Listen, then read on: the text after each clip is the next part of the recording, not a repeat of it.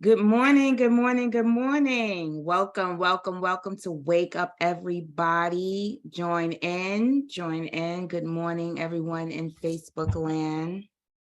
Good morning, good morning. I am Miss Meika, and I am your facilitator today, and we are going to rock and roll. Good morning. Tag a friend, invite your people. Invite your people, invite your people. It's going to be a jam-packed session. And it's my birthday weekend. So please, good morning. Bring your people, bring your people, bring your people. Good morning, everybody, and wake up. It is time to wake up to the lives that we are supposed to be living. Wake up. Good morning, good morning, good morning, good morning. Good morning, everyone. I am so excited to be with you today. So just reach out to your people, tag them in this Facebook Live so they can witness it, whether they're on their way to work, just they can listen. You never know. You never know how conversations may turn someone's life around, especially in these times. So good morning, good morning, good morning. Wake up and share. Wake up. I'm Miss Meika, and I am ready to rock and roll. Good morning. Good morning, good morning. Good morning, everyone. Good morning. Who was that? Amelia. Hi, Amelia. Good morning. Good morning and happy early birthday, I think you mentioned. Yes, yes, yes. I love to hear the voices. Good morning. Good morning, Meika. Happy birthday. No, your voice. Good morning and welcome. Good morning, Cuzzo. Good morning, Jordan. Good morning. Good morning, everyone. Good morning. Happy birthday, Coach Meika. Good morning. Peace and blessings, Meika. Who was that? Can you say your name? Bimbola. Bimbola, how are you? Good morning. Thank you. Good morning. Welcome, welcome, welcome. Listen, this is a conversation you definitely want your people to be involved in. Share, share, share, share, share. We are going to rock and roll this morning. Good morning and welcome. Share with your people. It's going to be such a, you know how I rock and roll, but it's going to really, really, really, really light your life up. And that's what I'm about. Lighting your life up as I light mine.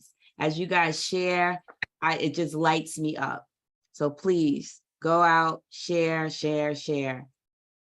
Tag them, send the link. Facebook, tag people, send the link. Join me live. If you're on Facebook, come into the Zoom space. Good morning, good morning, good morning. Get your pen and paper out because you want to take notes. Good morning. And welcome. Welcome to Wake Up. Okay. Good morning. Who do I see? I see Louise. I see Chantel, Marilyn. Good morning. Good morning. Good morning, Meika. Good morning, Marilyn. Good morning, Louise. All right, here we go. I love to hear the voices. Get ready to eat our song.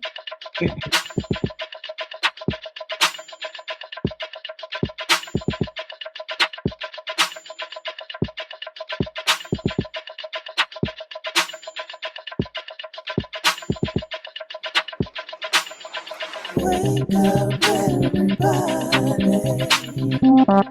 It's time to get up. Wake up, everybody. It's time to get up. Stay woke. Stay woke. Stay woke. It's time to get up. Stay woke. Stay woke. woke, it's time to get up. We're healing, we're dealing, we're growing. Together, together, releasing.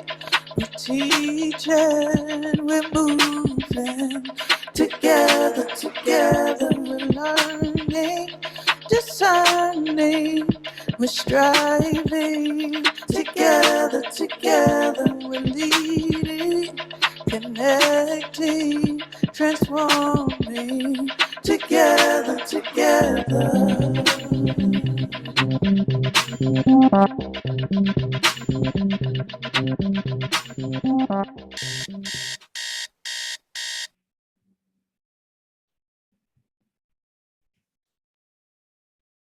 You're muted, love. Good morning, good morning, good morning, and welcome to this conversation this morning. So today we are talking about fear's secret. But before we jump into that, for those who don't know me, my name is Miss Meika. I am a thought healer, and some of you might say, what is that? I listen to thoughts. I have a conversation with people. I do this every day, one-on-one coaching, and I listen to the thoughts, and we hear what are the thoughts that are in the way that are not working for your life. And we heal those thoughts, and we remove those thoughts, and we reframe those thoughts in a different way so that you are more effective in what you're choosing, more clear about the things that you're choosing in your life. That is a little bit about me. And so today's topic is fear's little secret. And so, coming up with this topic was interesting because I was doing some work around Christmas, and, the holidays can be kind of great for some and not so great for some, right? And I've had many amazing, created, joyful holidays. And this holiday, I was feeling a little like there was just missing. And I'm like questioning, like, what's going on? My son, he had came back home from traveling the world. He was staying with me. And I'm like, what is missing? And so, I bought, my son's gifts, but, I know my children, right? I have 3 adult children, and they're men. But even though they are grown men, inside, they still 7-year-olds, right? In their own way. And I don't treat them like 7-year-olds. I treat them like men. However, it was Christmas Eve, and I decided, my son was out, and I decided I was going to put the gifts under the tree on Christmas morning because he was out hanging out, and I didn't want him to open the gifts when he came home 4:30 in the morning, and I wouldn't be able to witness him opening the gifts, right? So because when he came in at 4:30 in the morning, he didn't see gifts under the tree, he assumed I didn't get him anything. So when he woke up in the morning, he had an attitude, not knowing that the gifts are now under the tree. So I said, good morning, Merry Christmas. And he said, yeah, good morning, Merry Christmas, right? And then he went into the bathroom. He didn't want no business with me, right? So I'm cooking, I'm making breakfast. And I said, hey, your breakfast is on the table. And he comes and he eats the breakfast. He comes and he sits down, still not looking under the tree because he assumes that there's no gifts under there. So I said, hey, Merry Christmas. Your gifts are under the tree. Because he was still holding on to the anger or whatever he was dealing with, the disappointment, he wouldn't look up at me. He was like, yeah, thank you. And that broke my heart, right? And I know that that's not even in reality. But my ego and my dark night went straight to town with it, right? And I went inside the bathroom and I took a shower immediately just to get grounded. And I said to myself, what is it that you truly fear? Because this is fear. All of these emotions that are welling up inside of your heart is fear. what is it that you are truly fearing, right? Because you are disappointed that this young man didn't look up at you and praise and be like, oh, thank you, and show out his 7-year-old and rip the gifts open. And so it wasn't what you envisioned. And you're in the bathroom right now crying. So what do you fear? You see, I asked myself the question, and then I've trained myself to ask myself the question and answer it. Not just leave it in some vague, ask like, what's wrong with me? And people never come up with the actual answer, right? But I said, no. And I started to reverse engineer something. And I got to the source of it, which is what I truly fear is that my kids don't like me. Not that they don't love me, because I know that they do. Like I know that, like I know my name, but that they don't like nothing about me and don't want anything to do with me. And when I said that out loud in the shower, I realized that I have been contorting my life and my body to be liked by my kids. Not loved, they love me, to be liked by them. So I saw that that was controlling the things that I do. That was controlling my relationship or our connection or disconnection with my children. That fear of not wanting to be disliked. And then I started to spread that out. Like, it's not just my children. Where else is that? Where else? Because when I really came to see that I am afraid of that, I saw how that has made me walk on eggshells around them, or say certain things, or be inauthentic with them, or share inauthentic joy when right now I really don't give a crap, right? But so that they like me, I'm pretending that I care, right? And so I started to see my behavior, because fear actually has you act out certain things in behavior. And when I came to that realization, and I did some work, and we'll do the work in this session, when I came to the realization, I was able to release that, release the fear, and release that I can't control that, whether they like me or not. And that opened my heart up to a whole new world about myself. And so I'm going, at the top of this session, I am going to discuss fear's secret immediately, and then we're going to do some exercises to uncover our own. So fear's biggest secret, like the thing that fear doesn't want you to know, is that you are addicted, and fear is addicted to control. That is it. It just wants control. And the things that you fear so deeply is because you think that you don't have control over it. The thing that you fear the most is because you say to yourself, or fear says to you, or the dark night says to you, you won't be able to control that. So I want to know somebody who's open and something opened up for you inside of what I shared so far. Shawnee, you can choose anybody who raised their hand. Let's go. Let's jump into it.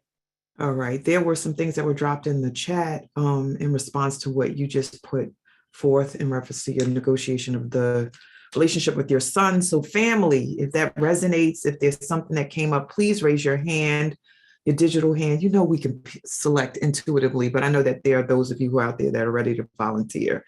So who wants to share? I see a hand. Louise, awesome. Can you come off mute, please? Yes, I'm not going to come on camera because I'm still getting dressed for work. So, Right. No problem. Good morning, Meika. I love to see you. Good morning. Good morning, family. I know I'm in and out, but I'm glad to be here today. Yeah, that was me for a while. When I started going through my healing, especially my healing, which was sparked from Wake Up Everybody, almost 3 years in March.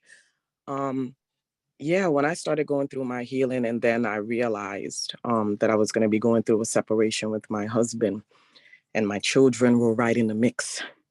and I was the bad guy.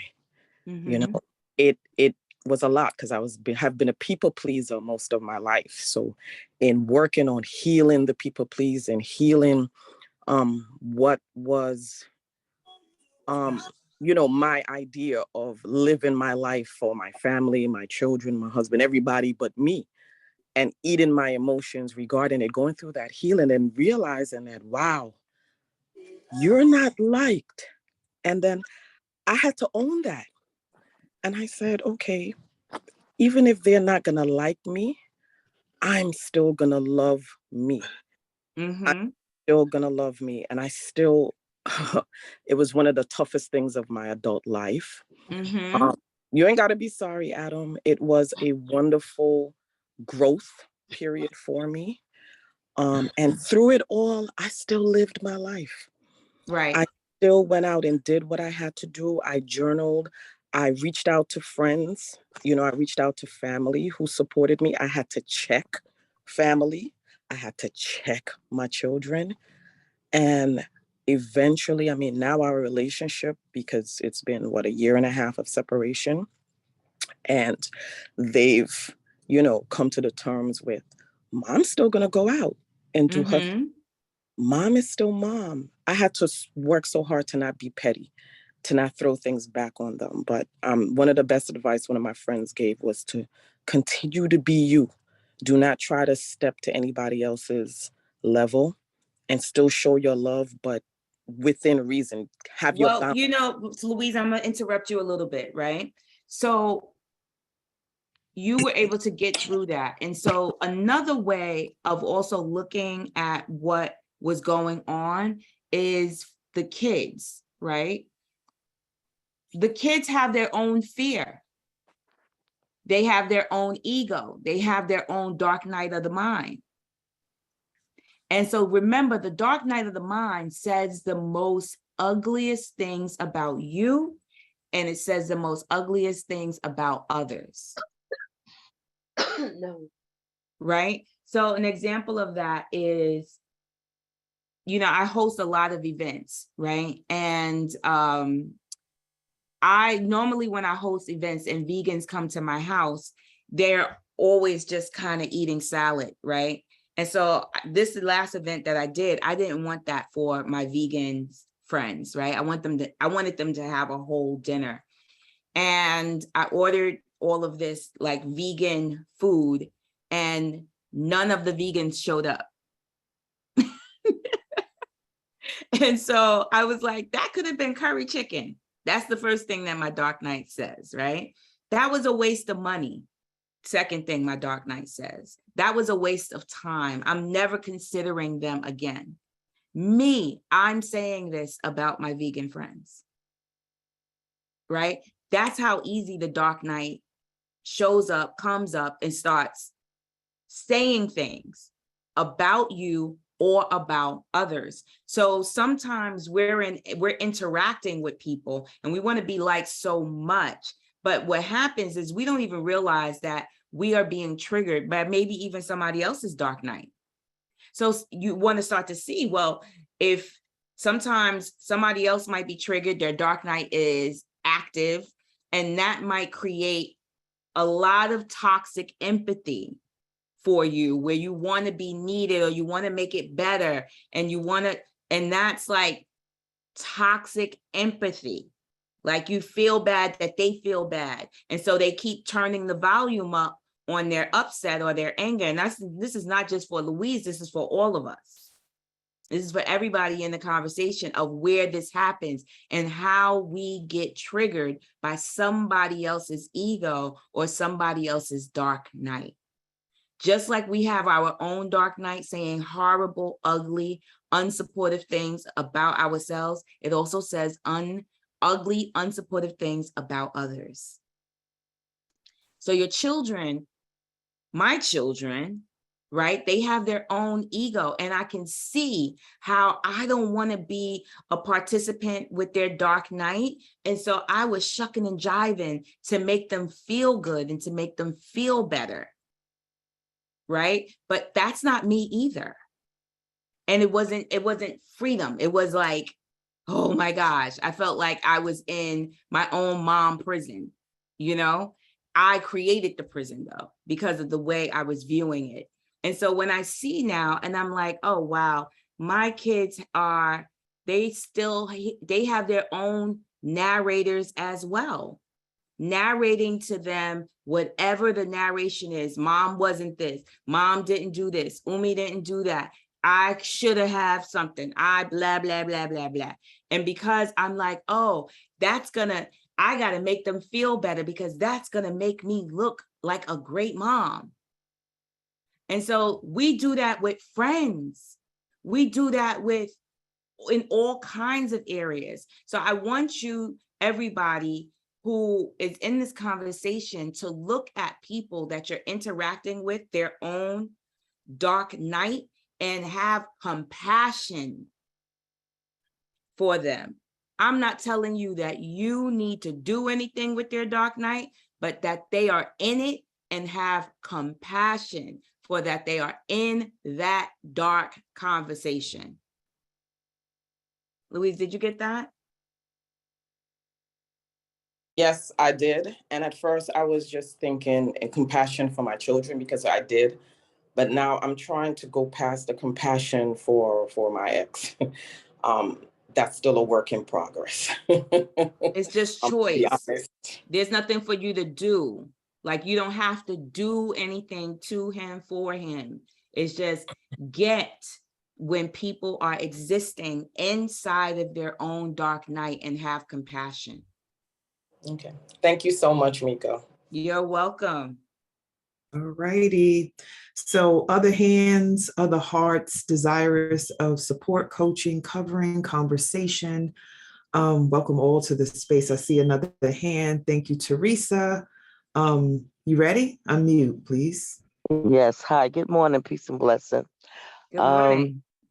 I was a friend of mine called me and talked about my church that I attend is going to Cancun, and they was telling me they wanted me to go, and so I got nervous. I did. I got very nervous. I was like, okay, Teresa, how you gonna go? But part of me just wants to say, hell no, I'm not doing it because it's too much. But I'm going to investigate it. But I am uneasy about going and traveling to another country, first of all, and knowing if I will be able to maneuver there because I have a wheelchair and stuff. Right. But So I don't want to. what do you fear? I So fear that. Teresa, before we go there, right? Let me say this to everyone. Before we deal with fear, we want to deal with something called our emotions. Fear and emotions are not the same. Language, society norms have collapsed the two, saying that, so we say things like, I feel frustrated, but that's not the language, right? There are only two existing feelings inside of the human spirit, right? Which is love and fear. Those are your only two feelings. Now you can have an infinity amount of emotions. Like, the emotion I'm experiencing is frustration. That's the new language. We are turning the dial on this. The new language is, the emotion I'm experiencing is this. When you say that, then you can reverse engineer that emotion to one or two of those feelings, which is fear or love. So it's more so like, the emotion that I'm experiencing is X. And so that's how I want everybody to, in today's session, to come to the mic and say, okay, the emotion I'm experiencing is blah, not I feel, right? The only feelings are love and fear. So the emotions that you're experiencing, Teresa, is what? If I'll be able to maneuver around there because my legs are very swollen, and one of the things, like, if I'll be able to even get in the bed, because not able to lift my legs up properly to get in the bed. So, and then the emotion I'm feeling is going to a country that I've never been in, if it would be safe for me to be So there. what would the emotion be?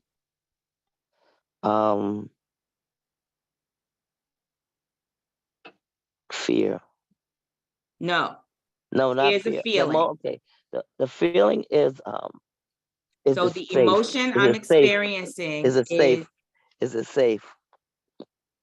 is it safe? And that, so when you're feeling like it's not safe, what is the emotion you feel when you're feeling like not safe?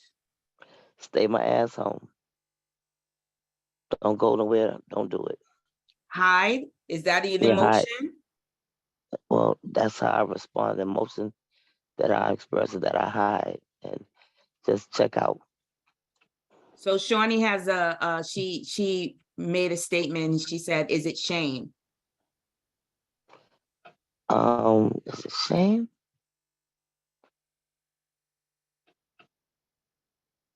May No, I? I wasn't. I Sure. wasn't Mhm. Okay. thinking about. Yeah, just offering it up, Teresa. I remember, and it was weird to me at the time, but I get it. I remember when I was pregnant and they did a sonogram and they found multiple fibroids in my uterus.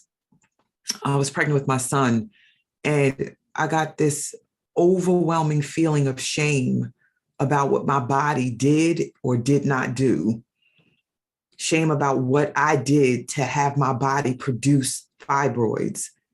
And what I believe is what you don't always want to deal with is what your body can do and can't do, the state of your body, and what your body, and this is made up, I'm just saying this, what your body prevents you from being able to do, to be with people and to navigate life.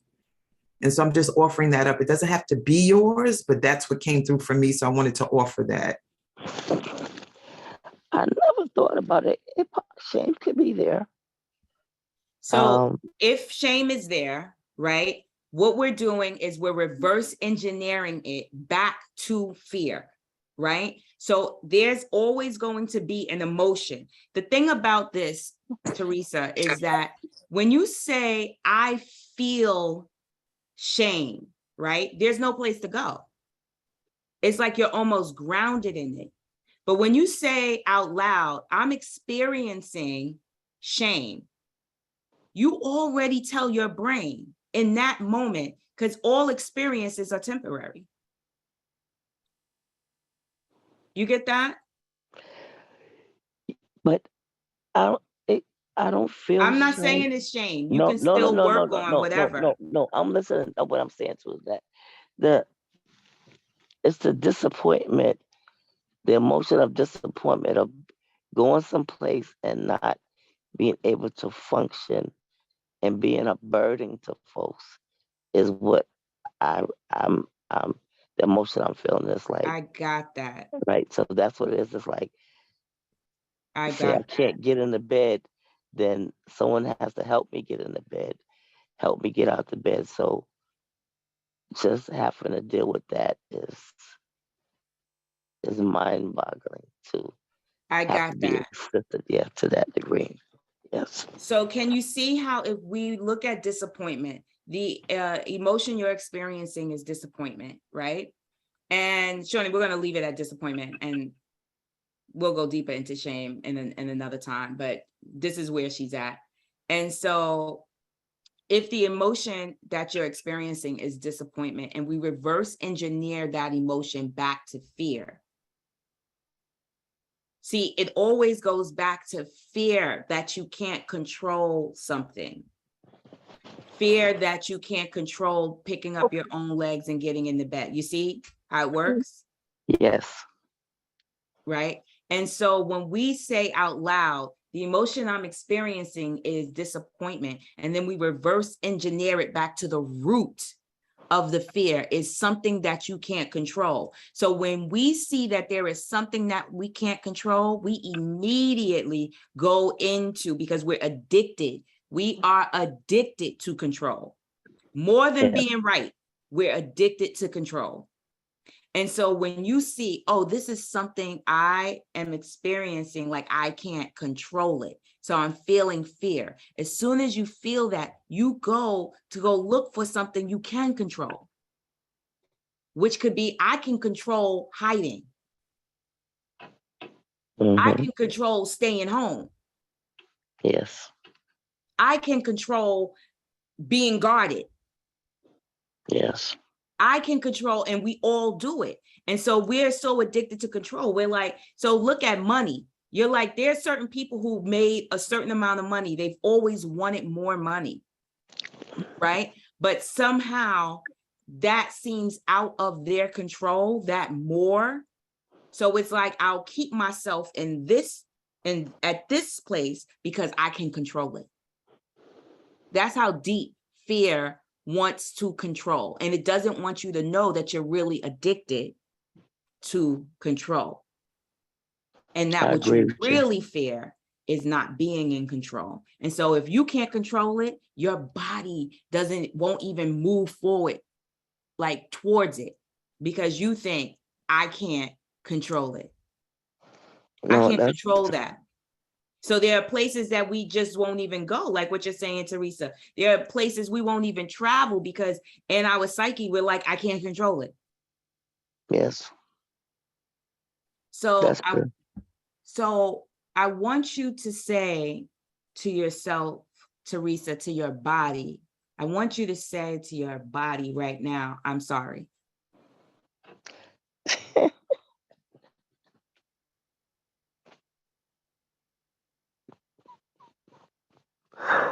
I'm sorry.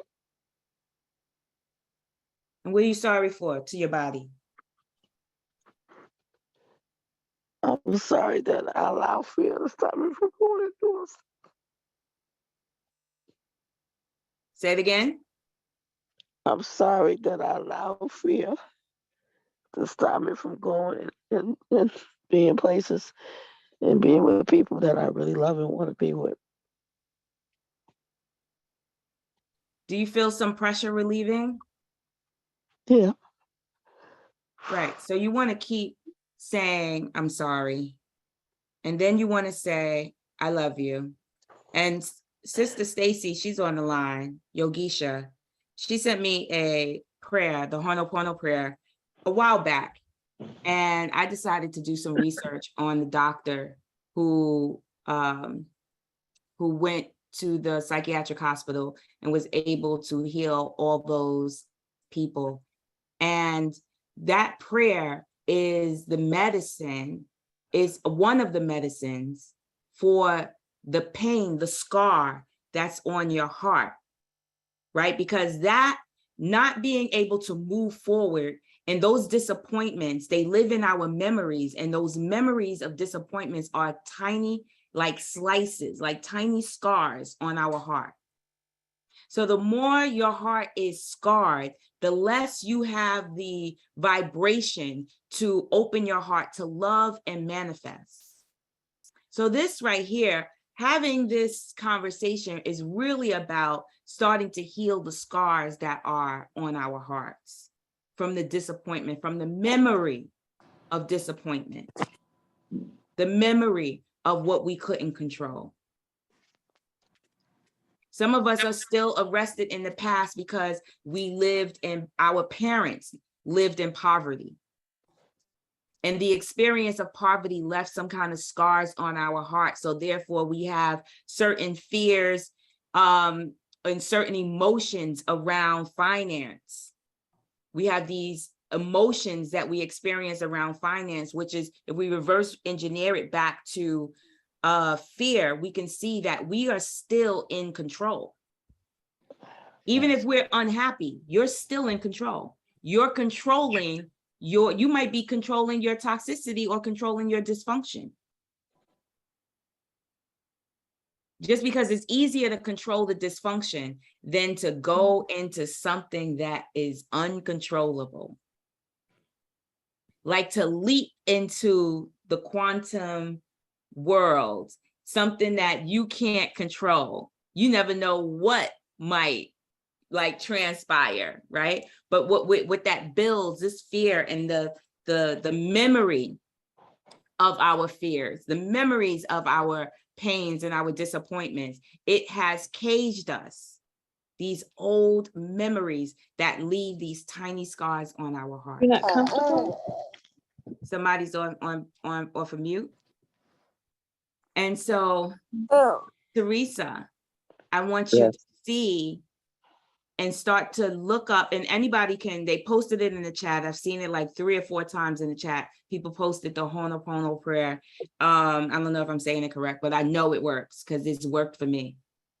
Not only that, there is another prayer, the full court of atonement, where you can atone those memories, those pains, those disappointments. In the full court of atonement, you could go on Google and put in full court of atonement, understand the full court of atonement. The books are $5. Her books are like 25 pages and they're $5. And you could atone those energies so that you don't have to be arrested in them. You got that, Teresa? Yes, thank you very much. You're welcome. Appreciate it. Where are we, Shawnee? What's going on in the chat? Yes. So let me go back a little bit and share from Facebook. Aisha shared, this explains the attitude my daughter has about me dating. We talked about her meeting a guy I am dating in a mutual setting. She began getting overwhelmed, began crying. She was not able to articulate why she was crying because she didn't understand her own emotions. Now I can talk to her about her fears about me dating and moving on. Her father moved on and got married, but I'm the one that gets resistance and tears when I want to move on. I will have better compassion for my daughter. Yes. So Kaisha, there's conversation, as you know, about the Ho'oponopono prayer and the freedom that it brings. Stacy said the prayer clears blockages, physical, emotional, mental, financial, everything. It's a daily practice for her. Let me see if there's something else. An expression of love about it and post about the prayer and how to find it. Florence said, had a wonderful experience with saying the Ho'oponopono prayer. All right, Ho'oponopono is up in the house this morning. Mm-hmm. So wanting to move forward with those who want to break through and experience an exploration, based on what Meika's offering up. So who else is desirous of exploring something? Like who else has a memory that is disappointing that still exists like today? Like a disappointment, a hurt, a whatever it is. Raise your hand, let's jump in.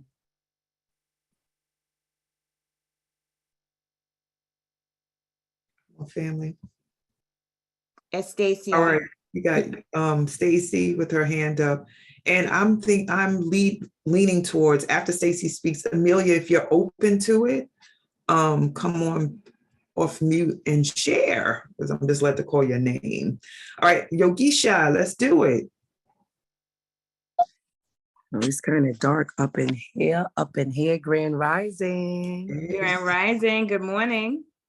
How you feeling today? I'm awesome. Okay. You look awesome. Thank you, love. Yeah, this is, thank you, one. I always got to take a deep breath. Thank you, one, for bringing this conversation. It was so great hearing just about the whole Christmas, because that was like my whole New Year's. And I was like, I got to start catching up on these movies, because Meika is like a movie head, and especially with these Marvel characters. People talk to me, I'm like, oh, I got to watch that. Yeah, Meika told me about that. So I can get these contexts, but I got who the Dark Knight, I got the context of the Dark Knight.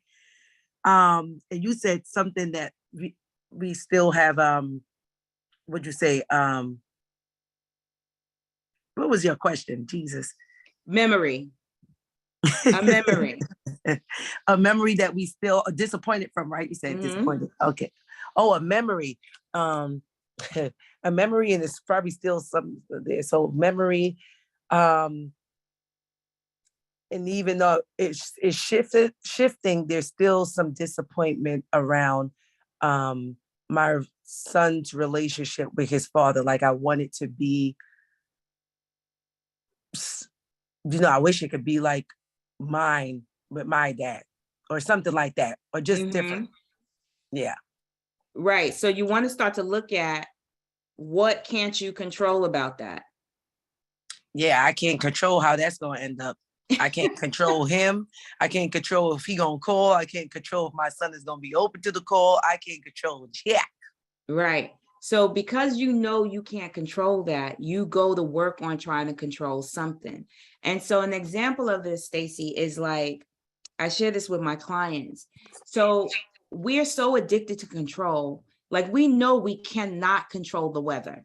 Like it's cloudy right now. I cannot say sunshine, right? And because we know we can't control the weather, what we do is we say, we say, look at it, it's cloudy outside. But why do you feel the need to say, look at it, it's cloudy outside when you see that it's already cloudy outside? What's the pull to say it? What's the pull to complain about it? The pull to complain about it is your need to control.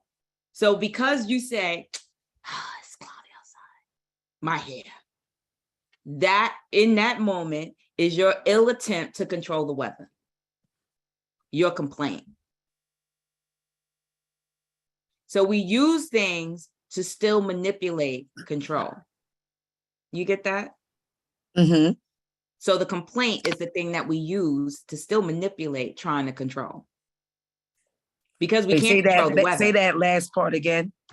So because we can't control the weather, we'll use complaining to still control.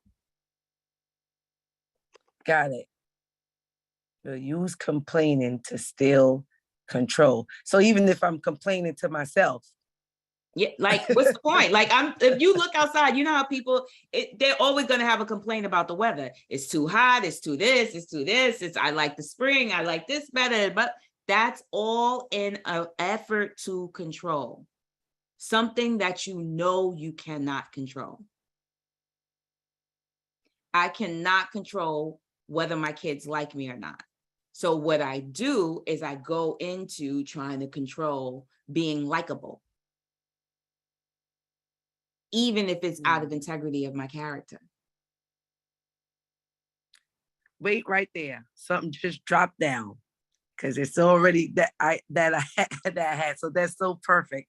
So like when you just said you can't control your kids, but you said you could control, what'd you say? I said I can't control my kids liking me, but what I can control is being likable. Right. And it doesn't work, mind you. This whole effort that I'm doing to be likable, it doesn't work. My whole attempt to because I'm not dealing with I'm not dealing with the actual disease of I'm afraid of my kids not liking me.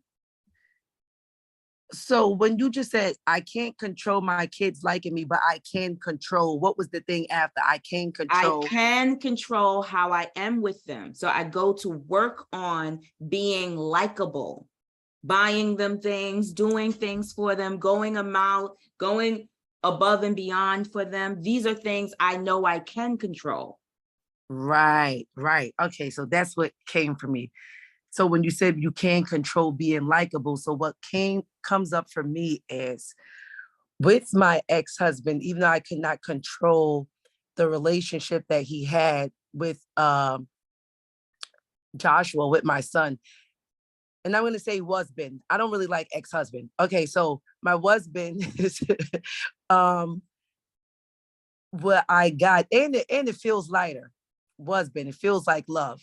All right, so anyway, what I got was I can't control that relationship, but I can control still being likable. And I see where even the detriment to me being likable in whatever way that he was treating me that was not nice, I still wanted to be likable. So that's the shit that's like, what? And it's something like I discovered on New Year's, but like this is that same flavor, like, oh my goodness. So I actually tried to say, so what I got, what I'll just share what I got on New Year's with that, like that's kind of like this flavor is when I'm trying to, like I contribute to someone in some way, whether it be like my son or if it was my ex-husband, and contribute to them. And I'll just use my son. And if he didn't do whatever there was to do, or, oh, you didn't do this right, he didn't do this incorrectly, instead of me just leaving him and letting him just actually fall, to be like, oh, he has a consequence because of that, I still try to save him from the consequence. And I see that as controlling. Like, I'm still trying to save you from what I'm trying to teach you a lesson from. Well, and that's toxic empathy. Right. I got that when you said that earlier. And I was like, yeah, that's that. Because I don't like the word toxic. And I definitely don't like to associate myself with toxic. So it was like, ew, I don't even want to try on that toxic empathy. Ew.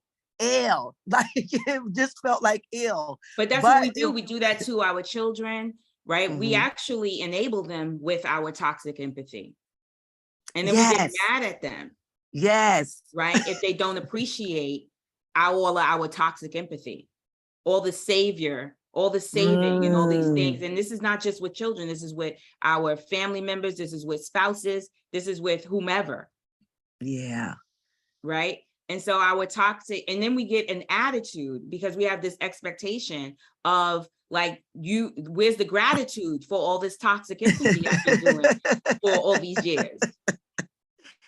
Right. How like, dare you not appreciate all this that I done scraped my knee trying to save you, right? Yeah. When they are capable beings.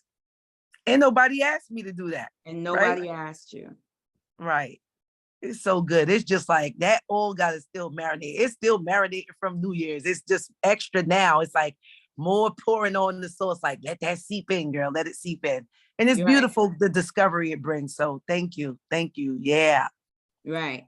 And so when you start to realize that, all the niceties that we do, is that really coming from the heart space of the love space, or is that coming from this need to be needed? Because what we really fear is not being accepted, appreciated, in the collective, right? Being rejected and not being in the collective. So it's like all these behaviors that we do to not deal with the real root of the issue, which is the control, the fear is always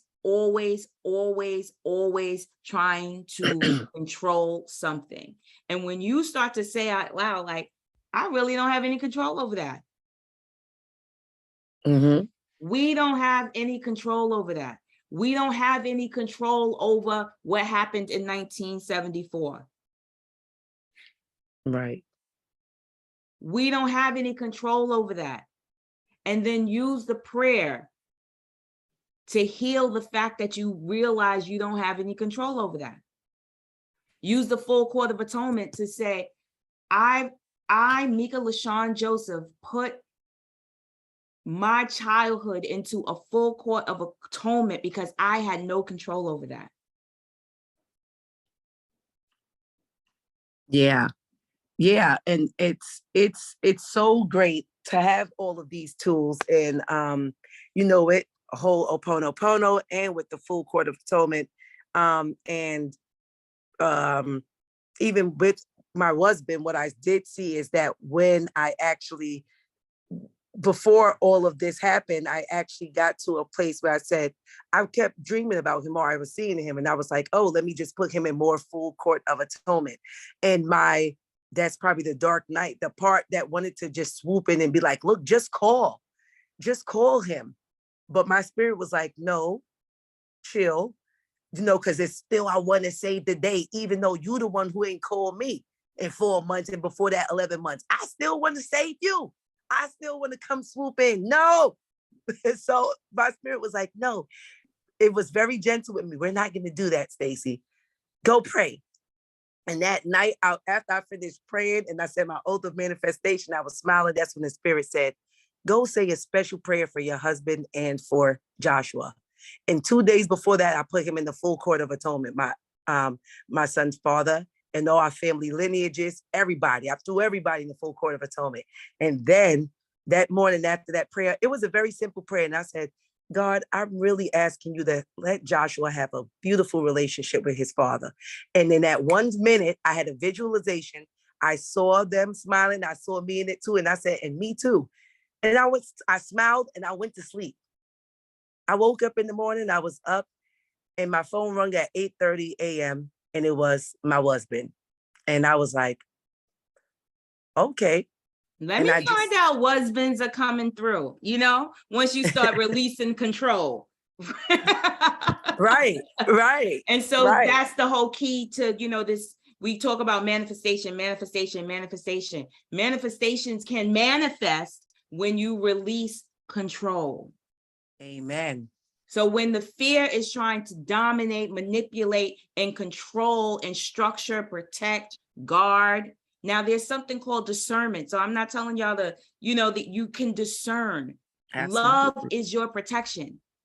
Love is your protection. When you love yourself enough to create the boundaries, right? That's you protecting yourself by love. Mm-hmm. Not like I have to use the dark night and be mean and cold and guarded to people. It's the love that protects me. Love protects me. Love whispers, move left, don't go down that block. That's love. So you want to know the difference between your dark night telling you I'm protecting you, your ego saying you need us, and the dark night saying you need us, and the difference between love's protection and that fear protection, that guarded protection, that rigid protection. And so when you begin to release that control, the fear that fear is trying to scare you into, see, it's saying to you, like, you can't control that being on stage. You don't know what that, they may reject you. So there's some people who need to be on stage right now.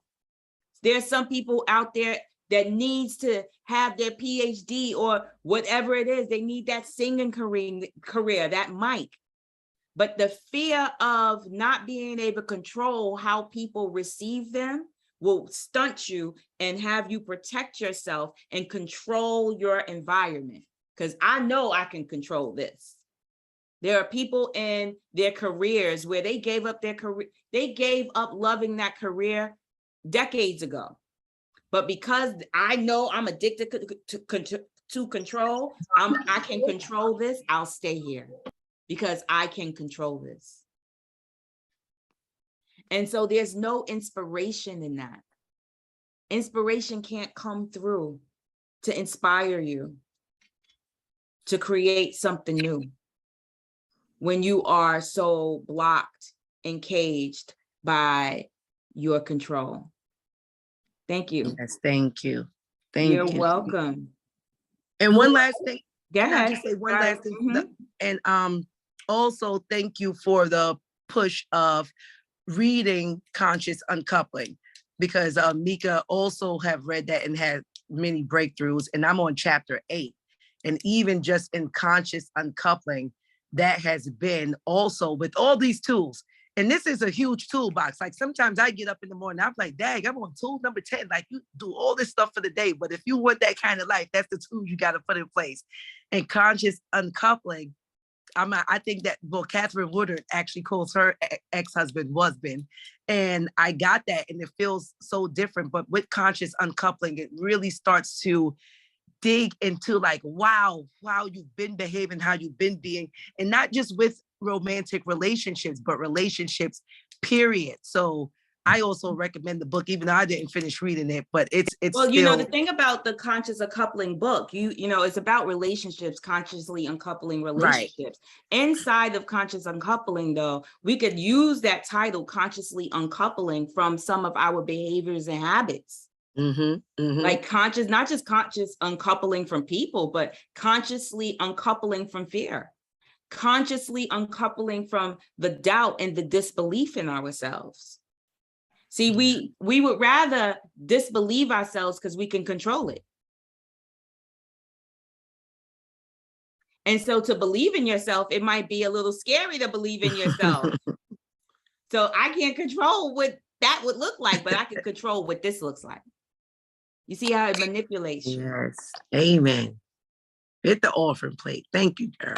So we can start to thank you for bringing conscious uncoupling into the space, because you want to start to use that language and say, oh, okay, the what I'm experiencing right now, the emotion I'm experiencing right now is disappointment.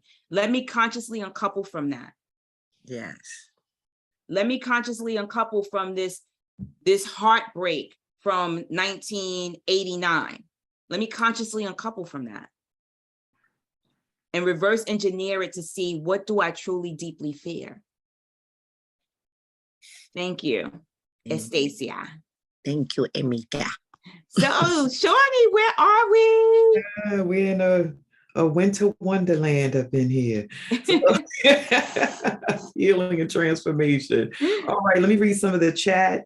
Sure. Cassie said, wow, new term for me, toxic empathy, deep. Adam said, toxic empathy equals bondage. Tell it, tell it. Florence said, is this toxic empathy the same as guilt? So do you want to answer that, Meek? So you want to move forward? So guilt is guilt. Mm-hmm. And toxic empathy is a behavior. It is an actual action, right? You might use toxic empathy because you feel guilty, right? And so you might go out and go the extra mile and be, I don't know what's the word for it, but the guilt can drive behavior, and the guilt can drive toxic empathy into taking actions counter to your authentic self. Ashe. All righty. Charmaine said most times they don't ask for us or the niceties. We offer give it to them because we want to control. Mm-hmm. I said my toxic empathy with my children comes from a need to be spared more trauma, meaning me being spared. Mm-hmm. I don't want any more trauma, loss, or things to grieve. So I have to keep them alive and well by engaging in toxic empathy. And Adam said, we don't own anybody. And Amen. Then said, the need to be needed. Wow, deep. Let me see what else.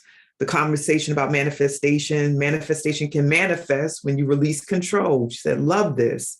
Release our control, Teresa said. So lots of shares here. Let me see what else. There was a share about conscious uncoupling from doubt in your life. Love it. And that book that was talked about by Stacy and Meika. So go seek it and y'all manifest that so that you can continue the journey. So who's next? Meek's question repeats again so folks know what they are coming up on stage. So, I want people to really look at anything that is opening up for you or something that's not clear for you in this conversation around your fear's secret. It doesn't want you to know that it just seeks control. It is scared for you to find out that all of its mechanism is just control. That's fear's main thing, to avoid things that it cannot control. It's always avoiding things it cannot control. Ashe. And Charmaine just reminded me, I did invite Amelia, if you are open to share. And you heard the question and the opportunity. Are you open? Consent, invitation, no hand. Good morning, everyone. And yes, good morning. Meika, I love you. I love your vulnerability. I love how you give the example of your life to express and share. So much was coming up for me. And one of the main things around toxic empathy and that need to be liked. So my brother has been staying with me for a couple months now. My brother, this particular brother, I'm the oldest of 7, but this particular brother, we have more of a mother-son dynamic because of just our journey in life.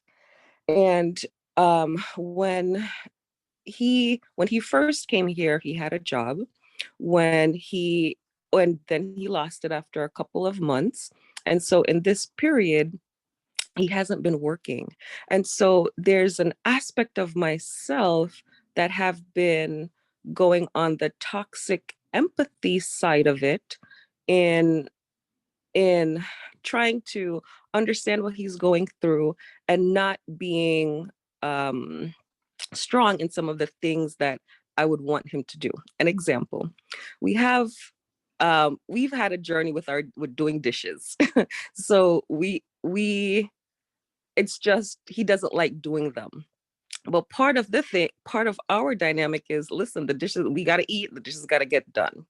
So there was a day, we had a conversation about it.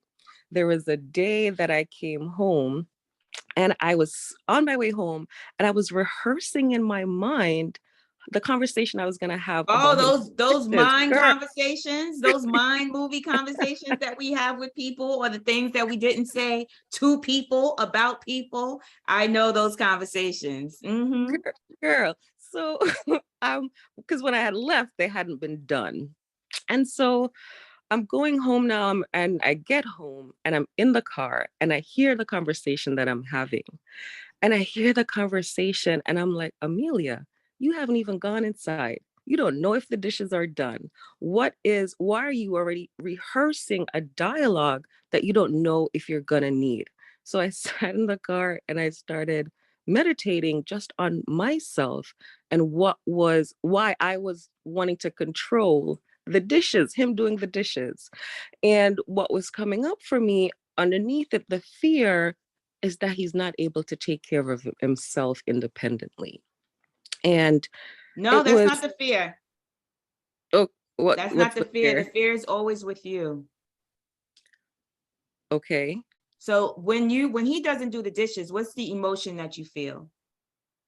Frustration. Well, experience, not feel. Yeah, frustration. Mm-hmm. Okay, so let's reverse engineer frustration back to what you truly fear, right? So remember, there's only two feelings that can exist, right? Which is love and fear. Those are the feelings. So we no longer say, I feel frustrated. We say the emotions I'm experiencing, because that tells your brain it's short-lived, right?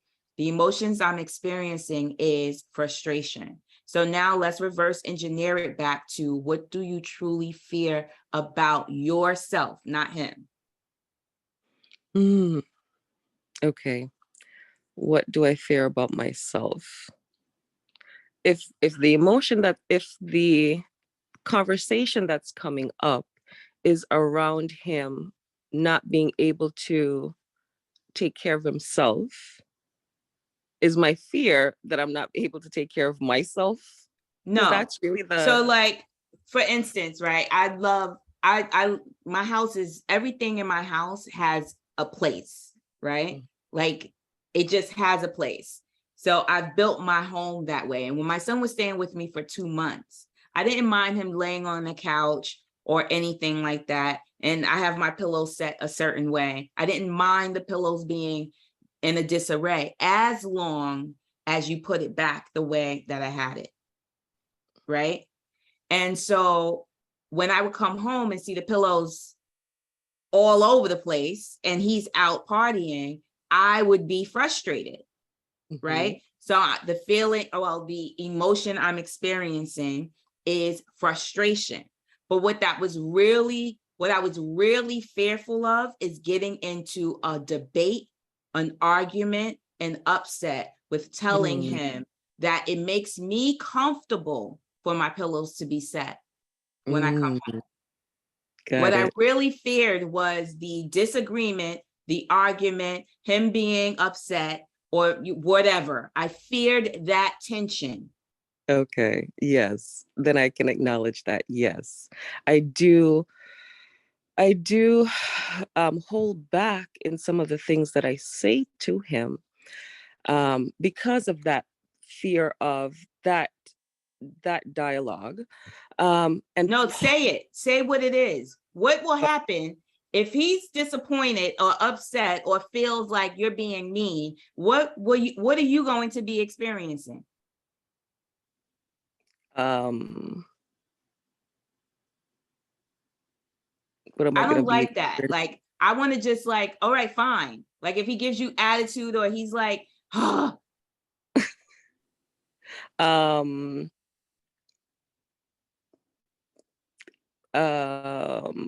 See, it's that we don't want to deal with.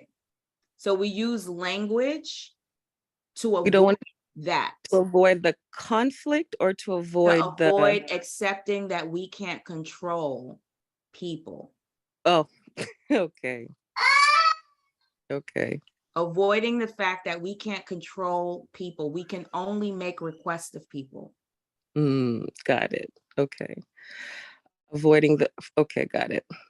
I'm avoiding the fact that I can't control him and how he will respond to. You can't control how he will respond. I can't control how he will respond. Yes. And so what you go to work on is what you can control, which is trying to say it in a particular way. That's why we're in the car rehearsing how to say it. So this is what I can control. I'm going to say it like this because maybe he'll get it like that, because this is what I can control. I'm going to say it with a smile because I can control it this way. Yes, I see that. Awesome. Yes. Thank you. So you want to start to say, because that, what that does to the body is it goes against who you are authentically. Mm-hmm. It's like you're saying the truth is not important. My truth is not important. When we go into manipulating to try to control, you're saying my truth, what's in my heart is not important. And so you want to say, I'm sorry, Mm-hmm. to yourself. Say it out loud. I'm sorry. Say your name. Amelia, I'm sorry. Amelia, I love you. Please forgive me. Thank you. Right? Thank you. So you can release that scar Mm-hmm. of being afraid of his disappointment. It's a request. You get that? Does that free you up? It does. It Awesome. really does. Thank you. Thank you, Amelia. Thank you for sharing. you. I know Thank a lot of people can see themselves in that share. And so I know it's past a little bit of 8:00, and I want to say thank you for those who have to go. We are still rocking and rolling, right? But I appreciate you. The course of toxic empathy, for those who have to leave, please come back and watch the playback, because toxic empathy is going to be a class on February 1st. Register. The link will be on Facebook. You can register there, and let's rock and roll, Shawnee. What's going on in the chat? I saw the chat just blowing up. Yes, let's read the chat, and then we have Adam's hand that is up. Lots to say. Yeah, the fear around the reaction to the argument with her brother, maybe rejection. And I'm always inviting folks who get these things to also share how it shows up for them, because we can see so clearly what's going on with somebody else. So Florence, please do share. How does that relate to you? Omena said, maybe what is something that she does that frustrates her brother, something about herself, perhaps an unfulfilled goal. Okay, that's from Omena in the inquiry about Amelia. Let me see. Just wanting, there's some conversations internally with folks. So Jacqueline said, yes, my ego and my dark night resists me finding out that my behavior is about control. I denied this for years. My children were practically screaming at me about it, as did my husband. I still deal with this daily, and I'm practicing the reverse engineering of my emotions, frustration, disappointment, anger, and hurt, so I can connect them to fear or love. And now I'm using the whole Ho'oponopono to forgive myself for the behaviors and experiences of the past that I've had that created trauma for myself and my family. I'm working on that practice and releasing control. And Stacy acknowledges both Jacqueline and Amelia. And Maury says, thank you, Amelia. Definitely understand the mind combo with self. And Stacy said, I just got that this was control last week in my I'm sorry, sex and intimacy seminar. Sorry. I have them all the time, Charmaine said. All right. So Adam had his hand up. Awesome. And others, please get ready if you want to share. We still have some time left. So after Adam, who's next? Adam, are you ready? I'm ready where y'all are. Okay. I just want to say good morning, Woo Nation. I mean, I'm very, very blessed that we're having this conversation about control and fear. I mean, what came up for me is I mean, personally, I'm not as violent as everyone else because I learned early on that you can never control what somebody else is gonna do or the kind of life they're gonna live. What I can control is what I'm putting into my body and what my purpose is. Because I believe if I am so concerned about what somebody else is doing and try to control their narrative and whatnot, then I'm being a hypocrite because I'm not working on myself. Well, you know, sometimes, Adam, what you're saying is what's also true is that people are also in their ego, which you can't control. And sometimes people are in their dark night, which you can't control, right? And so the point is to practice and to start to turn the volume up on awareness so that we are not emotionally triggered. Because one, we're not aware that this person is in, like, I wasn't aware that my son was in his ego or dark night when he refused to look up at me when I'm like, Merry Christmas, look at your gift, right? So my awareness was at a volume of maybe 2. So I got emotionally triggered, which was a blessing because it led me to discover what was truly at the root of it. Right? But as we learn to consciously, like, be conscious and be aware, you can start to see and ask yourself, this is why questions are so important. Like, who am I interacting with? See, if you ask yourself that question out loud and you go, oh, that person is in there, and you answer it, you start to bring awareness to your frontal lobe. Like, oh, I'm interacting with their dark night right now. Now, you don't have to tell nobody, oh, you're in your dark night right now, I'm not going to talk to you, right? But you can just get, you know, right now, this conversation, right, is not working, right? So I'm going to take a step back, blah, blah, blah, right? And then we could come to this conversation again, right, at a later time. But sometimes the practice, and you see, even me, I'm in this work, but I still got emotionally triggered by my son not looking up at me and saying, thank you. You know, it was just like, I reject you. And so what that triggered is a memory. His rejection triggered a memory of rejection from the past that has nothing to do with him. But the memory of rejection is still in my psyche. So what I had to do and learn to do is to use the full court of atonement, use the Hono Hono prayer to actually heal that memory. That's what we want to start to begin to heal. These memories, they're hidden memories of disappointment, rejection, whatever it is, heartbreak, right? And so if there's any kind of resemblance of somebody currently doing it, immediately that memory gets triggered. And we go into control. What can I control? Like, you're looking for it, right? All right, so you want to know what I did? When my son, when I got out the shower, I got to the root that I was scared that my kids don't like me. I got to the root. But guess what? My dark night, even though I got to the root, the dark night immediately showed up.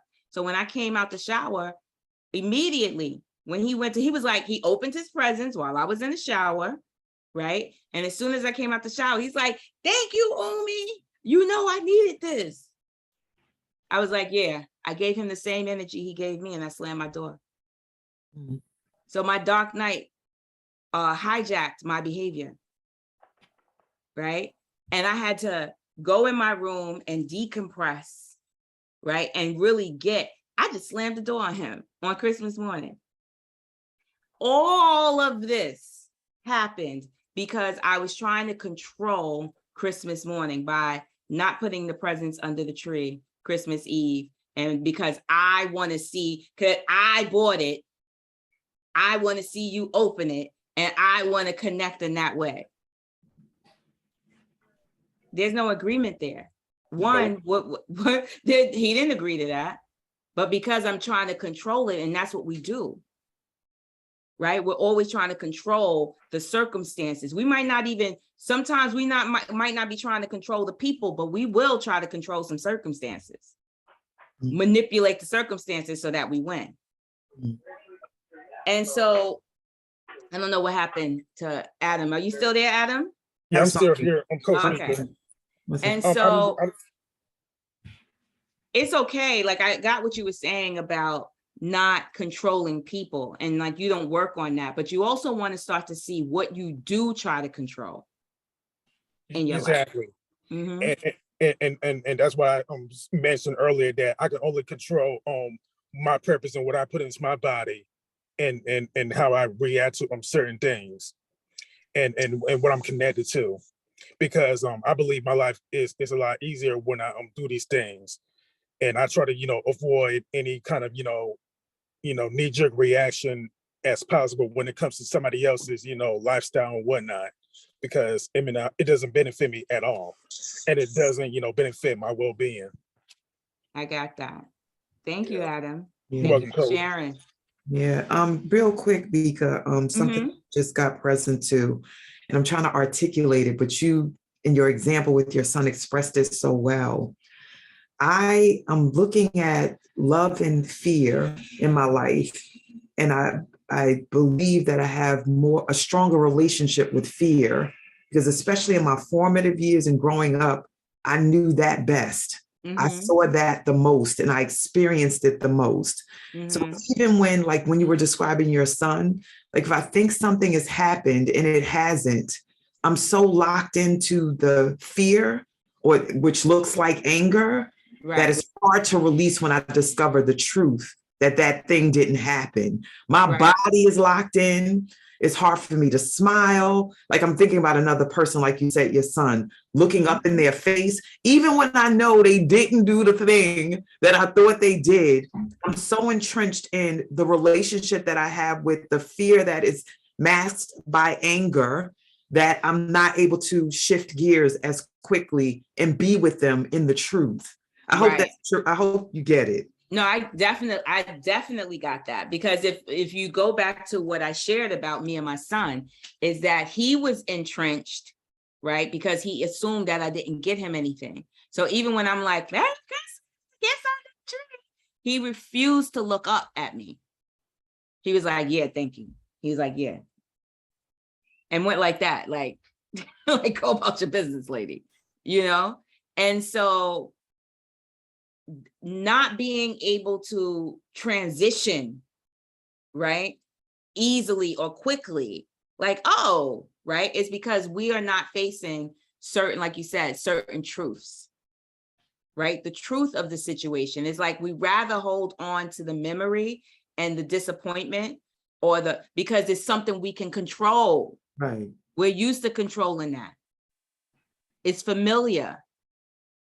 Like to control that anger or that indifference that we provide for people, even the indifference. And so I was watching Anderson Cooper interview a doctor on couples, right?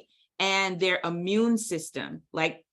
So he showed how certain couples, their immune systems were low, right? And how this particular woman was going to be diagnosed with some kind of autoimmune disease in a matter of 4 years, because the rapid speed her cells were dying as her husband was talking to her. So her toxic empathy and his indifference was actually killing her cells. Can you imagine? So holding on to that indifference, holding on to the control of indifference or the control of being guarded and protected. So fear tells you to protect your whole being. Fear has trained your whole body to protect from being a human being.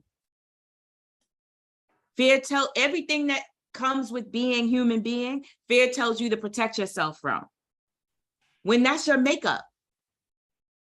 And so we don't even know that our contempt for ourselves, the stuff that we say about ourselves, the stuff that we say about people, like the husband, he was just saying what he was saying about her. And she was just like, Well, how can I make it better? What can I do? Like, how can I feed you more?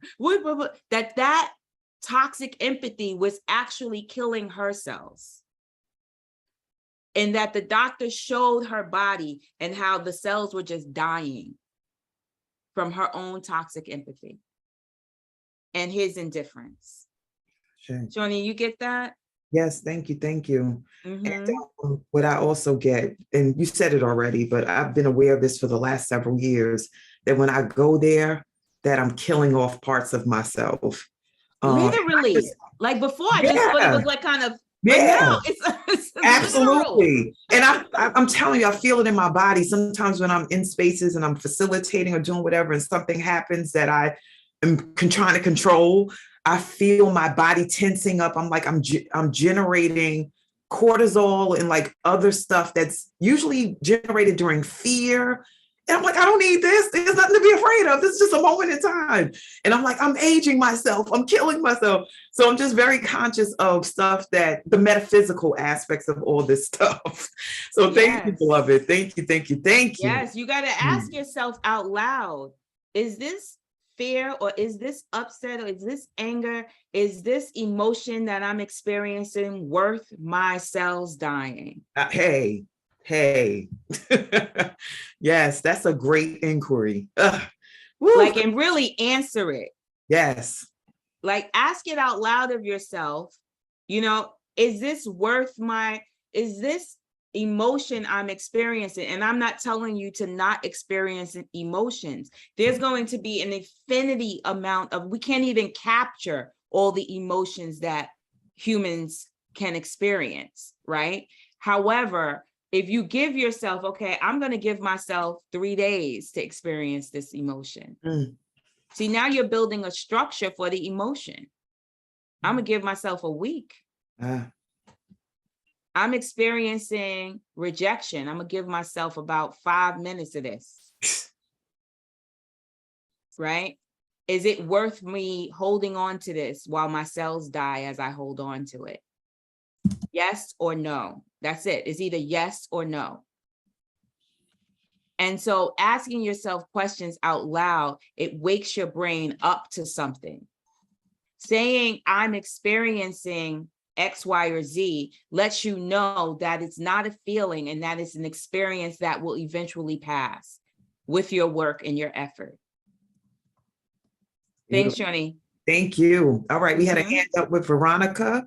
You ready? Yes, I'm ready. Wonderful. So in my work with my wonderful teacher, I was expressing to her how I was having a pain in my ass. I'm the teacher, by the way. But I did not feel the pain until for the last 4 weeks, I laid down on the bed of my chiropractor and he showed me the pain. And when he touched that spot, it was excruciating pain that I was experiencing. And so when I was doing the work with experiencing anger, the anger and frustration was manifesting in my behind. And so I had to realize that I look back at what all the things that have happened over the last couple of weeks, why my chiropractor was identifying this pain, which I wasn't feeling until he poked at it. And it was the frustration. I was experiencing anger with my sister and that I could not express to her. Well, Veronica, we want to be a little responsible. So when Veronica was sharing that she had this pain and she went to the chiropractor, immediately where I went to was Louise Hayes, Heal Your Life. Right. And so I looked at the pain that she was feeling. She said, you went to Your Body Keeps Score. Right. And the body keeps the score. Right. And what it said was it's hidden rage and anger, unexpressed hidden rage and anger. And then that's when she expressed about her sister. So I just wanted to say, like, we did use some tools to get to the source of where her pain was coming from. And the tools really work. The tools in the toolbox that I've been accumulating help me to identify the source of this hidden pain, because I'm walking around not feeling anything until my chiropractor kept poking at it. And so when I went to him yesterday and I told him, and he said there's 3 T's. I can't remember the third T, but the first 2 T's was trauma and toxic. And the third T, I think I blocked it out, right? And yesterday, for the first time in about a month, he worked on other parts of my body and walked away from that, because he got the realization that he couldn't fix that wound that had developed in my ass. And the thing is that, Veronica, like, Mhm. the work that you're doing now on releasing the control of your sister, right? Remember, everything is process. Yes. Everything is process and everything is practice. Yes. So respecting the process. Like, there are certain things that, certain pains that we can start to heal, like we can deal with the root cause, and that pain might be gone. Right. In that moment. But it might take a process of releasing the anger and the rage to release that pain from the middle of your butt. You know what I mean? And I've been processing it. And in the processing of over the last 2 days, I've seen where I have never told her how controlling and manipulative she is. So if you told her that, what do you need? Like I said to you, when has that worked? When has it been like, you know what? Let me tell you something about yourself. You're selfish. And then the person be like, thank you. Mm-hmm. Oh my gosh. Thank you for revealing that to me. I so appreciate you. Let me self-reflect on that. Mm-hmm. It doesn't work. The process has to happen with me. Right. It has to happen with me. And as I evaluated and did the reverse engineering of back to love and fear, I realized that I have a lifetime of this, and that I have to keep processing, keep fixing, keep erasing. And it's not about those people that I perceived are doing it to me. It's about what I'm receiving and how I have to just keep reverse engineering. Well, it's really about invoking the other feeling, right? Remember, there's 2 feelings. There's fear and there's love. Yes. So it's about invoking love now. Yes. Right? Like, how to do fear. How you've been trying to control life and trying to control the world and trying to control circumstances and trying to control the holidays and trying to control the potato salad. Who's gonna make the potato salad? Mm-hmm. And then you get offended because we found somebody new to make the potato salad. Yep. And now you're not in control of the potato salad. And now you start speaking to the family for 50 years because somebody said that Charmaine gonna make the potato salad this year. And that just turns you out. And that's how it goes. Yes. Right? Mm-hmm. And there's love. Yes. Love is the medicine.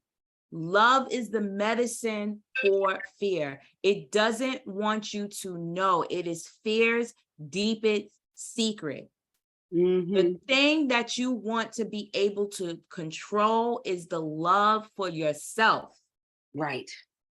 We are so busy trying to control people, circumstances, places, and things. Mm-hmm. The control that you want to be addicted to is the control for the love of who you are as divinity. Yes. And that's the Ho'oponopono. Right. Yes. That's the work. It's loving your inner child, loving your inner teenager, loving your inner young adult, because they all had 3 different perspectives on life. Mm-hmm. Thank you so much, Meika. You're welcome. Thank you. Shawnee, where are we? We're at 8:28. Yeah, so what you want to do, my love? Because I'll take one more person. Somebody has their hand up. No hands up. but there's space for sharing for sure. And he, oh, hand popped up. Maury. All right, Maury. Boo. Yeah, and Meika, I want to thank you for bringing Maury into my life. I have to acknowledge you for that. You're welcome. Ditto. Good morning, beautiful people. I'm driving in, so I hope you can see me. Yes. But I've been listening. Don't tell me there's no one raising their hand. Well, I'll take my turn. Thank you. Good morning. I don't know what I'm gonna say, but Meika, I trust you. So wherever we go. Let's go. So this morning, I'm really appreciating the conversation. Amelia, definitely, thank you for your share, Amelia. Definitely hit. So this morning I took a shower. I woke the kids up before I took the shower, and I get out the shower, and Tasai is lying down still, and I caught a straight baps, right? And thinking that I'm so woke, I'm like, I threatened him. I'm like, you know what? The B7 is in your future. And, because I'm driving you to school, and I'm trying to keep you safe. But I heard what you told Amelia, right? It's not, as a mom, I'm projecting onto him whatever my real fears are. So that I'm processing that. And you know what is coming up for me is the fear of doing it alone. Like I do it, I'm a single mom, as you know, Meika, and family on Woo. I'm a single mom, and so at first it was, it's about him, keeping him safe. And first, I'm going to interrupt you a him. little bit because I want to acknowledge Sure. you for even declaring that you're a single mom. Because we go back, and that just was not. That was not in your Nope. stratosphere. That was not your vibration, right? Nope. Denial was a river in Egypt, and Maury, yes. Right. Right, because I do co-parent with their dad, but I'm the one doing the lift. It is Maury, it's you, right? I'm the one in the house. I'm the one. And so I want you to feel the vibration of single mom. What does that feel like? When you say I'm a single mom, what does that feel like? Alone. Boom. The alpha and the omega, like it begins and ends with me. Very controlling, which I didn't need this session, Meika, to know that I'm controlling. I know. I'm very controlling. You're not controlling. If it is to be, it's up to. You're not controlling. If it is to Your be, it's up to fear is me. controlling. So I want you to say that language, because the I am. Is it the experience of me is controlling as opposed to the I am controlling? Right. Mm-hmm. Is the experience okay? I received that. So the experience of me is controlling. Like so I said, like one of my quotes is if it is to be, it is up to me, type of thing. Right? Like it won't be done if I don't do it. Right. And so that's another thing, right? So fear's other little secret that's going to be in my next session, right? Is lonely, alone, right? And so we don't really deal with I'm alone. I'm experiencing loneliness. When psychotherapists have studied psychopaths, most of the time it got, like, other than chemical imbalances, just born with chemical imbalances in the brain, but other behaviors, it got birthed from the fear of being alone. So instead of being alone, they would go into a fantasy, because the fantasy gives comfort. And then going into the fantasy of something and then playing out the fantasy, right? And then that gives comfort, all to avoid I am alone. So you want to start to see how fear manipulates you in particular ways to not deal with alone. and what we make alone mean. Right. And so like when I said, okay, single mother, what is your experience? And you're like, alone. Right. Why does alone mean high vibration joy for you? No. I would say, and I think I'm thinking about stories too, right? So being my mother's only child, the independent version of who I am, right? Very independent. So no, it doesn't have a high vibrational connotation. And let me say this too, it's not really true that I have a dope tribe, right? But I know, and I have siblings. This is okay. Here we go. Not there you go. Right? I have siblings. I'm going to see my brother this weekend in San Diego. But even though, like, those are truths, when the ish hits the fan, I'm alone. I'm an only child, right? It's the default fall back on. Mm-hmm.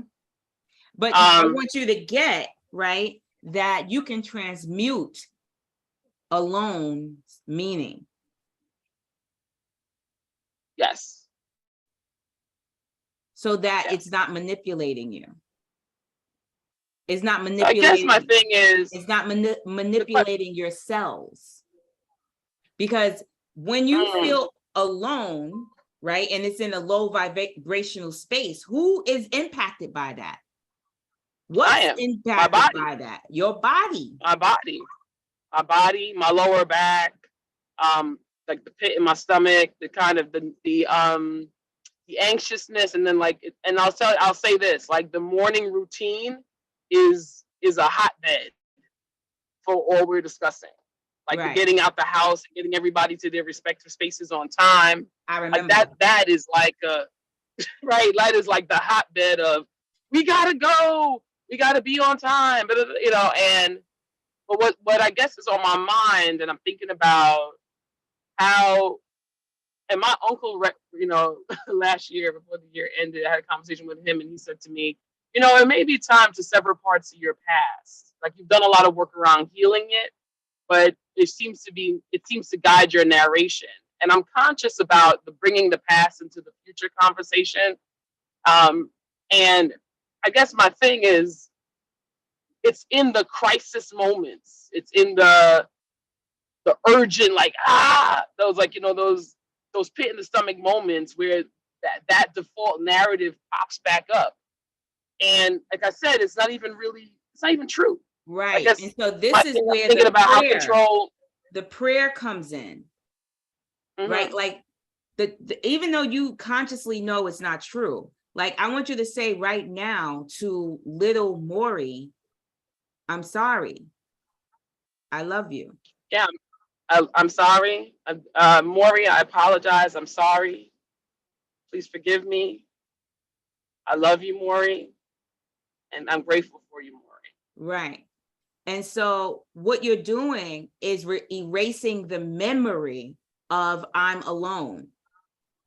Because what that memory being like, when you say I feel alone, that is like binding. It's like a contract. There's an agreement. Once you agree, that's it. It's contract. Mm-hmm. If you was to say, I no longer agree I'm alone, because that's not even in my reality. I no longer agree I'm alone. It's no longer in my reality. Perceived. Right? Like Meika, I'm not giving agreement to that. One thing, I came on the call a little late. One thing you talked about, and I think I may have missed it, I'll watch the replay if necessary, about healing memories. So Shawnee, what came up for me was story boxing, because Shawnee got me like trapped in this whole, every time I think about a story, I'm just like, I work through it. And the healing of the intentional healing of memories. Yes. As they come up as narratives. And so it's a question, are you offering that as a way in which I am, as a class, okay, after toxic empathy. Mm-hmm.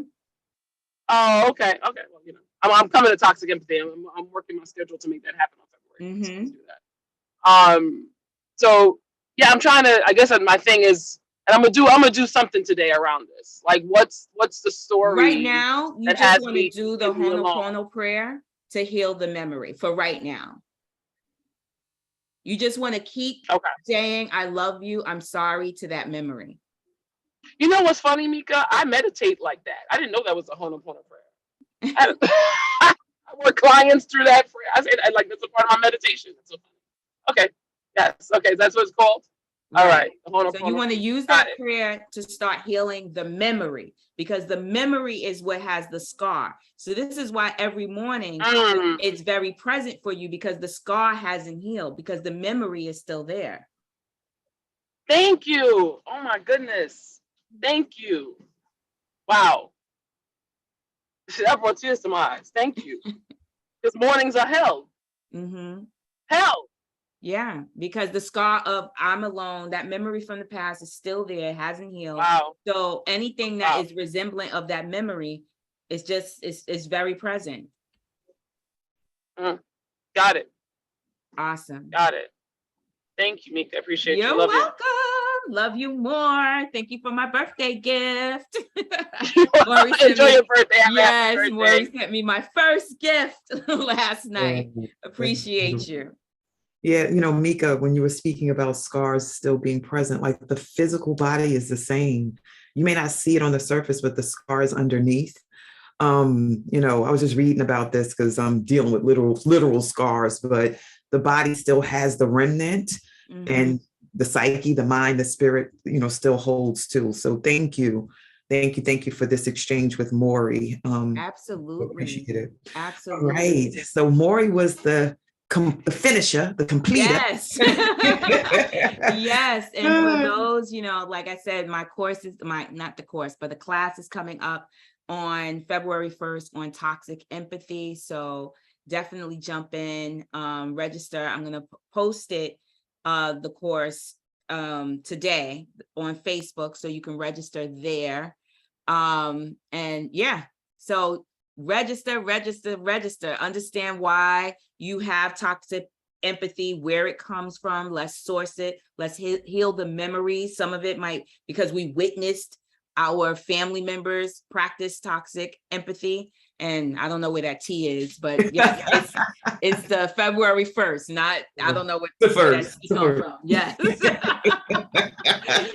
So, yes, we are going to get into it, and then look forward to part 2 of this session about fear secret, which is the next one. Today was about fear secret being control. Part 2 is fear secret about lonely or alone. All right.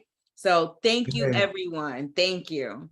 All right. So check this out. Please do email Meika. Coach Charmaine, drop Meika's contact information so folks can email her today. Do not hesitate to register for this session. You will get your life. Yes, so, and one person will win. Yes, that's right. That's right. Number 11. But before we go here, let me read a little bit of stuff from the chat. Sure. So Candace shared from Facebook, oh, Veronica, I had the exact same experience, meaning the pain in her ass, literal pain. I love that Veronica shared that.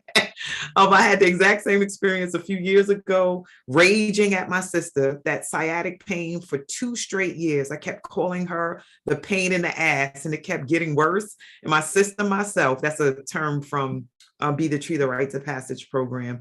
Folks were laughing, and Veronica said, girl, that pain is real. Louise says, this conversation is so powerful. I'm having compassion for my mom and her fear. I will discuss with her fears in a calm way and not an impatient way. She tries to control me and tries to prevent me from going out in her fear.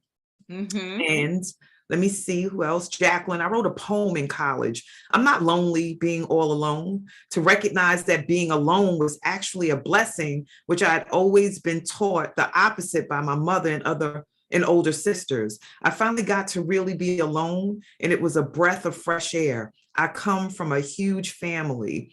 I always make the distinction too between loneliness and solitude. There's a difference.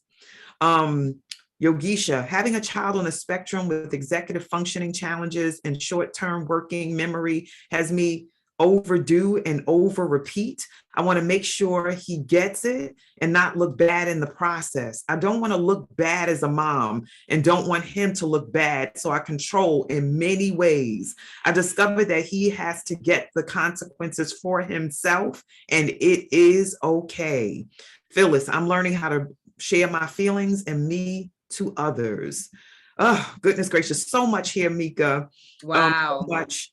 And one person will win exploring toxic empathy and participating with the session on February 1st from 6:30 to 9:30 virtual session, right? Meika? Yes, it is a virtual session. And All also right. the link will be, I will post the link also in this session on Facebook. So in the comments on Facebook for this session, the link will also be there. All right. So we have a winner for this session in this space, and it's Jennifer Lampel. But in this woo space, what our culture is that if you win something, you have to come off mute and accept the win and share that you're going to participate, because so many things are won in this space and folks don't necessarily tap into the offer that is being provided. It's complimentary, not free. To me, there's a distinction, right? It's complimentary. Yes. So receive the compliment from Coach Meika. So Jennifer, are you a yes for this session? Are you available? Can you hear us, Jennifer? Because if we don't hear from Jennifer, I'll select the next person. All righty. Going once, going twice, going 3 times. If she drops in the chat, y'all let me know. Unless she said she was listening in. The next person on the list is Lisa King. Lisa King, what say you?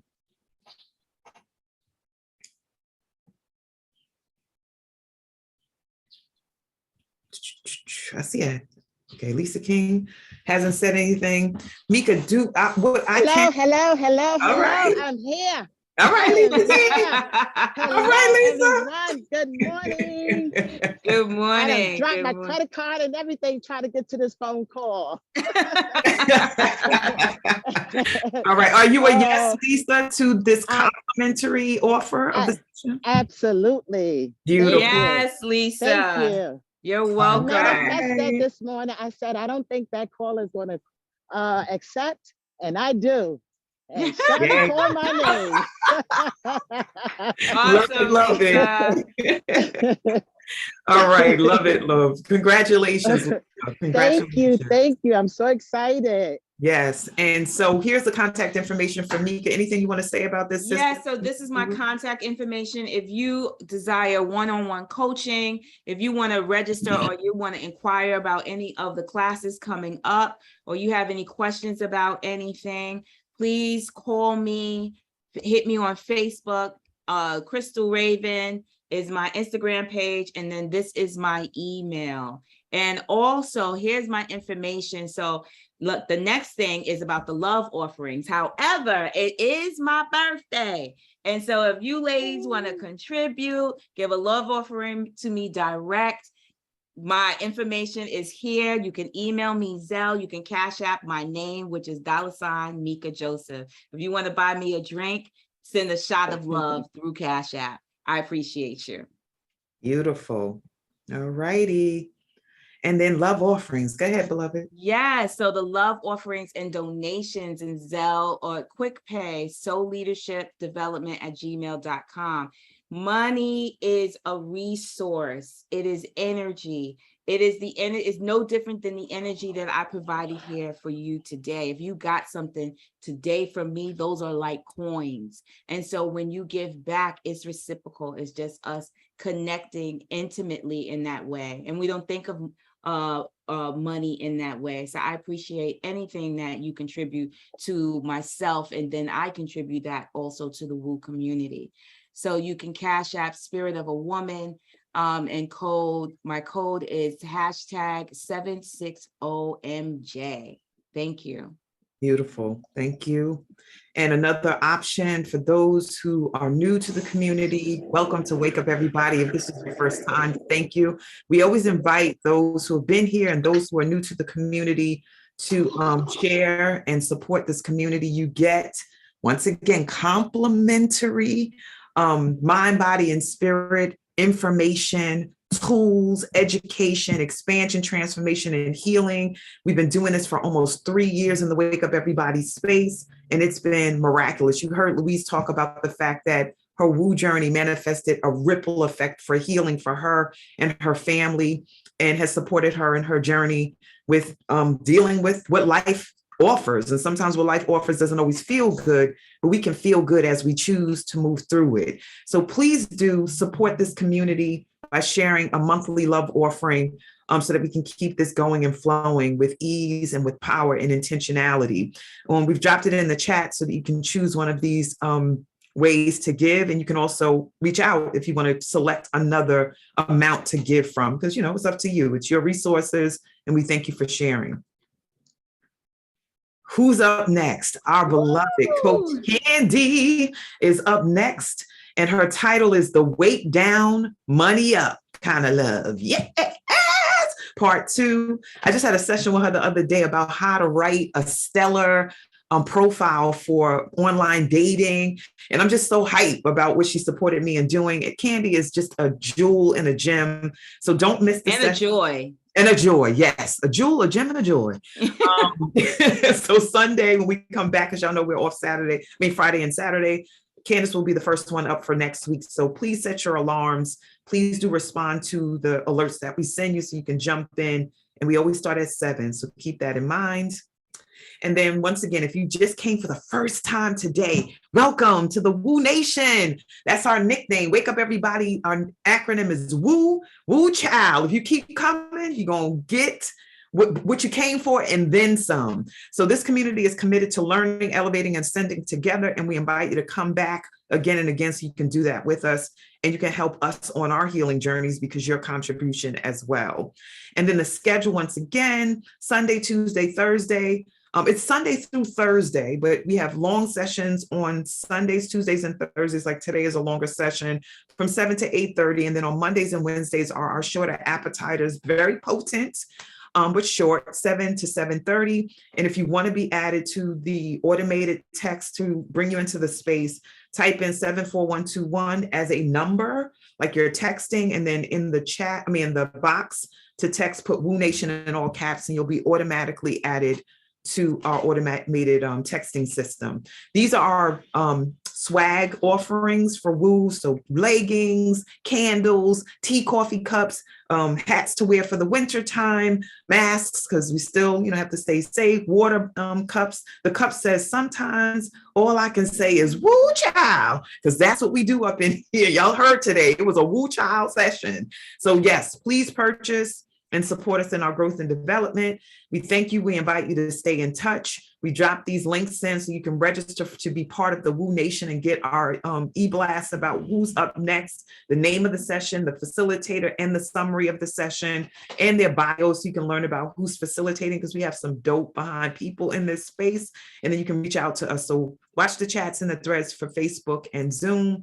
And then also we are looking for interested parties to join our volunteer team. We have admins that create slides, that admin like I'm doing right now, and help support the facilitation, that create onboarding opportunities for the facilitators, that do facilitator training support and all of that good stuff. So please email us at info.wakeupseries@gmail.com if you're interested in volunteering and supporting this awesome platform. And I'm complete. Let's do what we know how to do, which is celebrate my beloved sister, Meika, for all the birthday girl. So for all 24 of us, let's bring it in this space to love on her. Happy birthday, Meika! Thank you. Happy birthday. Happy birthday. Happy birthday. Thank you, Meika. I appreciate you so much. I love you. I love you. I love you. I love you. I love you. The insight. Happy birthday to Love, you. enjoy that. Love ya. Always bring it on. Enjoy your birthday. Love. I will. Happy birthday. Johnny, Happy the birthday. Woo Nation. Thank you, Love you. Abby. I love you. I love you. We going on 3 years strong. Yes. Yes. Thank you Let's all get drunk, y'all. facilitators for the what you bring to the space. 3 We years. love you. I love you back. Now we at 30 19. days. Kamani's in the Happy building. birthday. And if y'all are in town and y'all want to party, come through.